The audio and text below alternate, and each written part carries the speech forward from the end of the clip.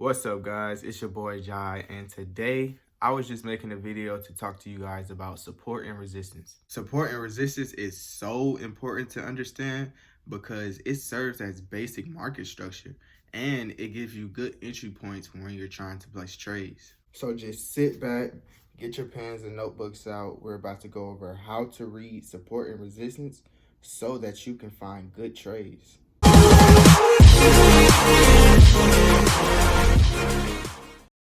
What's up, guys? So we're about to get started with the video. We're about to talk about support and resistance, and basically we're going to go over the different criteria for support and resistance and how to find the good entries for support and resistance. So just make sure you guys stick around to the end of the video so we can see how to actually find these good entries, right? Another thing before we start, guys, I'm spending out a lot of content. A lot of this knowledge that I'm giving out is a lot of valuable knowledge. So, just show love by making sure you guys thumbs up the video and, basically subscribe to the page. Just make sure you guys subscribe, leave your boys some thumbs up, show some love. I'm putting out a lot of content for y'all. So, without further ado, we about to get started. Let's jump into it. So, support and resistance. What is support and resistance? So support levels are levels in the market where price typically declines to go down any further. So you can think of support as price floors. You know what I mean? Support levels are usually set directly underneath where the price has moved. Y'all see I drew these little lines.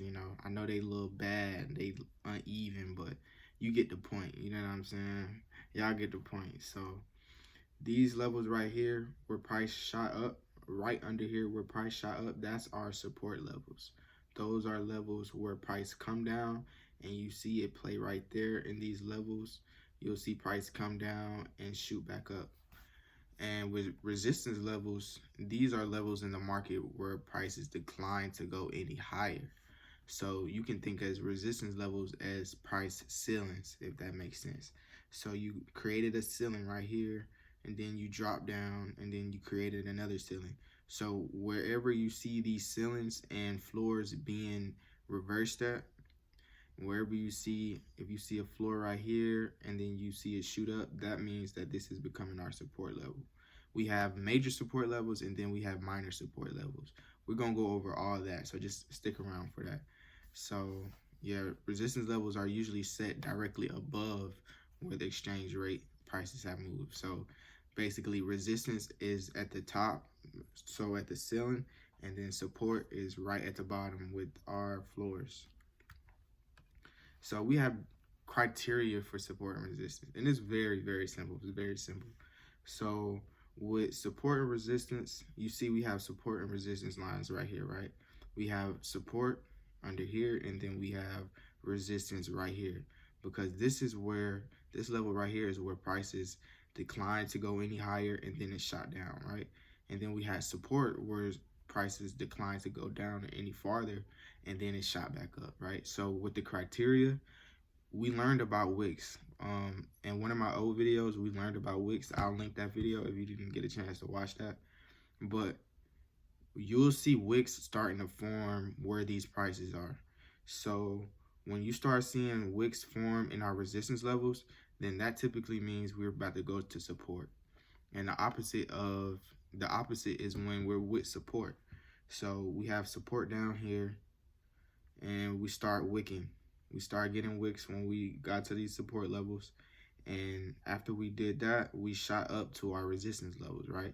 So they basically resist. Are you starting to see how resistance, support and resistance plays with each other? Like, support and resistance is so simple to understand, and it's so important to understand, is because this is how the markets move. This is the way that Forex works, basically. So you really have to understand support and resistance. So another thing is swing highs and swing lows. So when you're looking at a swing high, you're basically looking for prices to buy up. And when we buy up to our resistance line, then that's when we want to start looking for swing lows. So that's what we did right here. We swung high, We got our wicks, and then after that, we swung low. We started to come back down to our, we swung low back down to our support lines. And after we swung low, we got a swing high to this resistance level, and then we shot back down past our support lines.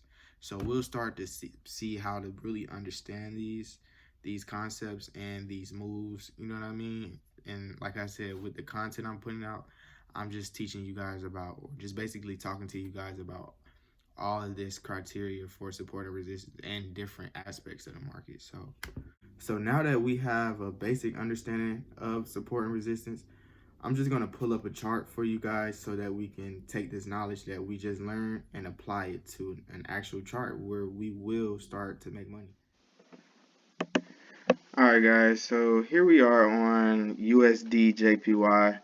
This is one of the first pairs that I learned how to trade on. So it's cool just coming back and showing you guys how to, basically read these charts, because it was a point in time where I didn't know how to read any of this stuff. So, with a lot of training, just basically learning knowledge, just looking up different aspects, looking up different terms, just researching different things about Forex, I was able to learn a lot. So, I don't want to just keep going on about it. I'm going to get started with the video. So, right here we have good support and resistance levels. And I know it can look a little weird, but we're going to break it down, right? So, when we're looking at these charts, when you're looking for support and resistance, you want to look for levels in the market where prices took a big turn, right? So, if we were right here, we see that this level, this top level right here, is where prices typically shot down a lot, right? So, when we go further into the chart, we see that prices typically like to shoot down from here, right? So, when we're placing trades, you're going to want to take one of these lines and draw your resistance line through this top level right here. Right? Remember, our criteria is wicking in that area and a swing high and swing low. So when we put our resistance lines right here, and when you do this, you can put any color. I'm just using red. But you put a resistance line right here, and then the opposite with support is, remember, support is those floors. So we see that price came down here a lot, and then it shot up. So from right here, well, you can really put support a little bit up more, just because we have more support in this area right here. So we're going to put our second support line, or our first support line, right here where prices shot up, right?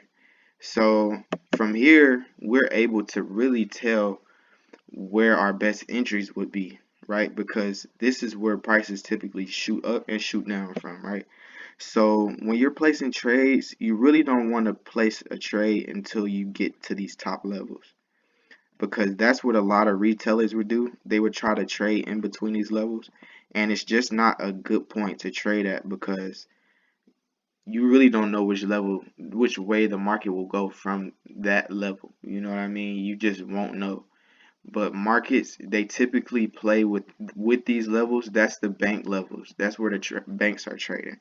So you want to wait to these levels, you get to these levels. So that's why it's so important to be patient. So from here, when you're placing this trade, if we were right here in the market right now, we would see that prices are down here at 106.715.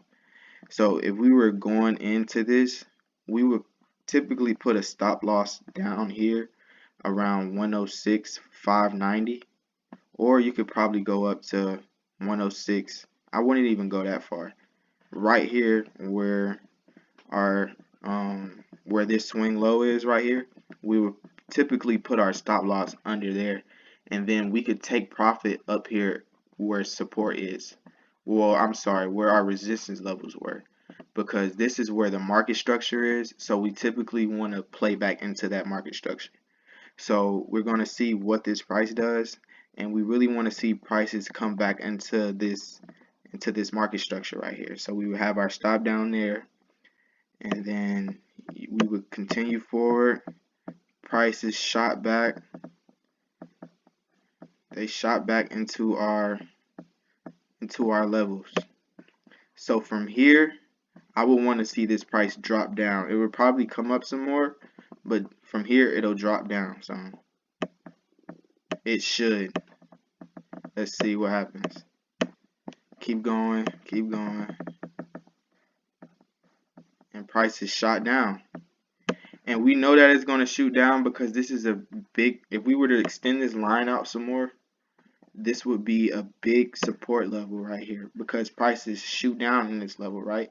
So whenever we get back up here, we want to look for prices to shoot back down to our previous resistance levels. Being able to understand these support and resistance levels are very important. They help you see the market a lot different, and they just give you better entry points, so it's more likely that you are to gain profit. But remember, y'all, nothing in Forex is 100%, so it's important that you learn how to properly risk your account and how to, properly read these support and resistance levels. If y'all want to see more videos of me just talking to you guys about Forex, just different things that we can learn to make us money, you just leave a thumbs up on the video, you know what I mean? Show your boys some love. Share this video to anybody that you feel might need it, you know what I'm saying? Leave your boys subscribe to the page. I'm trying to take this page very, very far. So, just subscribe to the page. I appreciate y'all for watching. It's your boy Jai, and I am out.